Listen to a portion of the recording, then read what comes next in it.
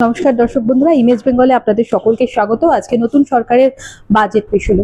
স্বাস্থ্যক্ষেত্রে কি কি পরিবর্তন আসতে চলেছে, আর আমাদের মধ্যে উপস্থিত রয়েছেন পশ্চিমবঙ্গের স্বাস্থ্যমন্ত্রী সারদত্ত মুখোপাধ্যায়, বিশিষ্ট চিকিৎসকও তিনি।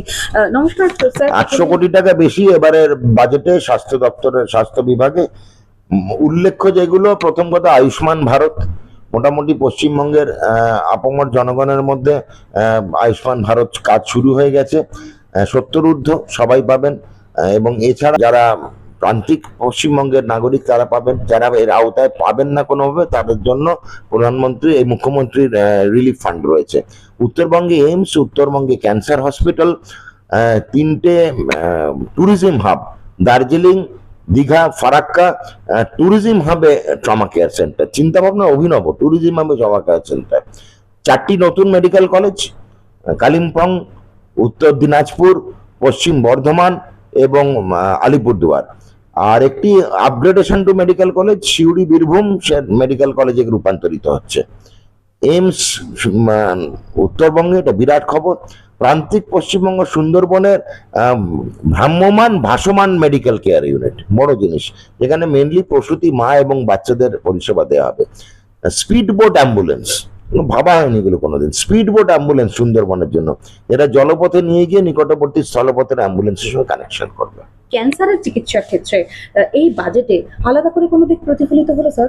নিশ্চয়ই। এসএসকেএম এ মোটামুটি বিশ্বমানের ক্যান্সার ইউনিট তৈরি হচ্ছে, এবং সেটা কলকাতা এবং দক্ষিণবঙ্গ কেটার করবে।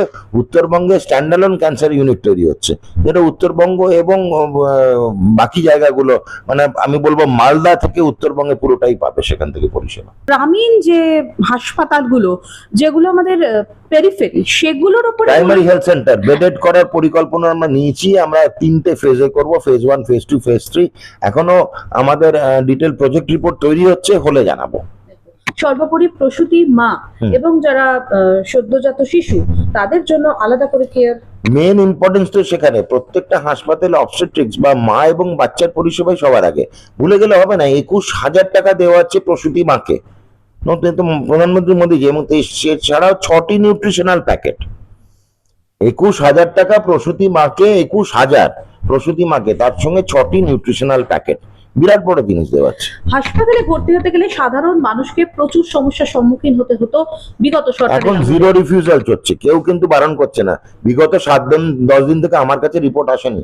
প্রত্যেকটা হাসপাতালে কোন রকম তদবির তদারকি ছাড়াই ভর্তি হচ্ছে।